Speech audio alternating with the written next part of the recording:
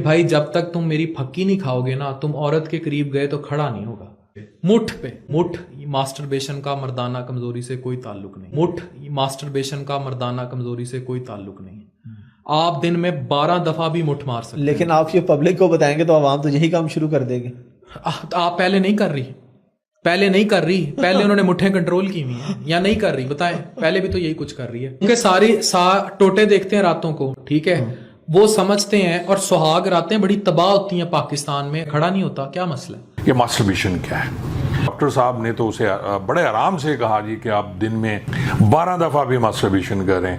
बिस्मिल्लाहिर्रहमानिर्रहीम, अस्सलाम वालेकुम नाजरीन। एक बड़ा इश्तिहार लगा करता था अखबारात में कि शादी के दिन दूल्हा गैब और 24 घंटे के बाद वापसी। अब बचपन में हम लोग ये इश्तिहार पढ़ा करते थे और बड़े हैरान होते थे यार कि ये क्या इश्तिहार है कि शादी के दिन दूल्हा गायब हो गया और फिर 24 घंटे के बाद क्यों वापस आया। तो बाद में थोड़ा सा होश संभाला तो हमें एहसास हुआ और हमें पता चला कि जी कि वो दूल्हा साहब जो थे वो इसलिए घर से भाग गए थे क्योंकि वो मर्दाना कमज़ोरी थी उनमें और नफसियाती तौर पे वो ख़ुद को समझते थे कि वो शादी के काबिल नहीं हैं। तो वो चले गए और वो हकीम साहब या जो भी थे 24 घंटे में उन्होंने डॉक्टर साहब ने और हकीम साहब ने फिट कर दिया और फिर वो दनदनाते हुए वापस आए और वो आके बैठ गया और उन्होंने कहा जी मेरी शादी कामयाब हो गई।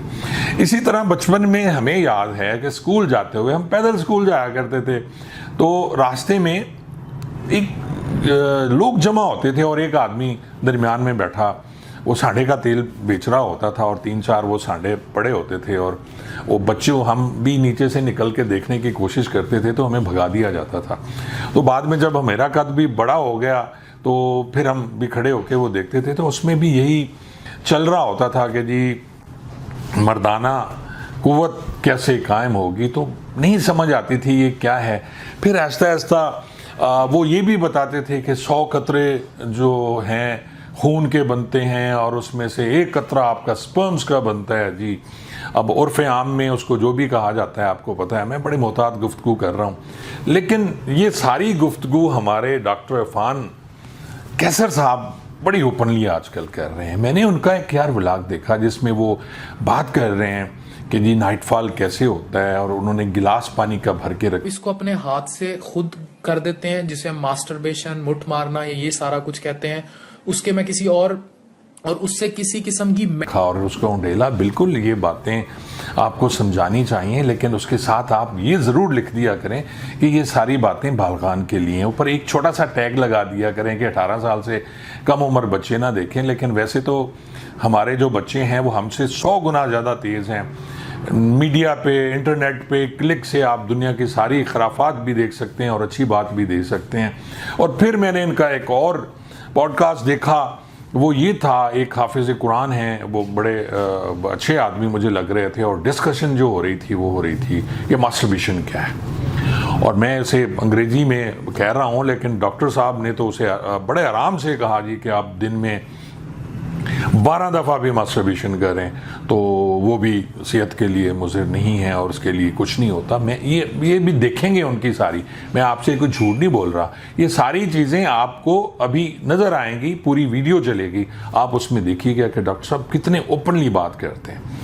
मुझे बिल्कुल इस बात से इत्तफाक है कि स्कूल में सेक्स की तालीम होनी चाहिए, हमें बताना चाहिए। होता ये है कि या तो बच्ची को वालदा बताती है कुछ, वो उतनी हद तक बताती है जिसमें आपका कुछ हिजाब और पर्दा होता है। इसी तरह बेटे को भी बाप बताता है कि जी बेटा ये चीज़ें क्या हैं, आप जवान हो रहे हैं तो आपके ये प्रॉब्लम्स हैं, क्या औलाद से डिस्कस करनी चाहिए।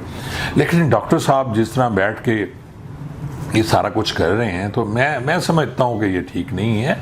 उनके लिए इतनी खुल के बात करना मुनासिब नहीं है। हाँ, अगर आपके पास कोई आता है आपसे पूछना चाहता है तो आप कीजिए, या फिर ये वीडियोस आप इस टाइप की बनाइए जिसमें जो घर की ख़वातीन हैं, घर की माँ बेटी हैं, बहनें हैं, वो इसको ना देखें, बल्कि आप उस पर लिख दें, एक इश्तिहार लगा दें कि जी ये वीडियो इन लोगों के लिए, तो ज़्यादा बेहतर रहेगा।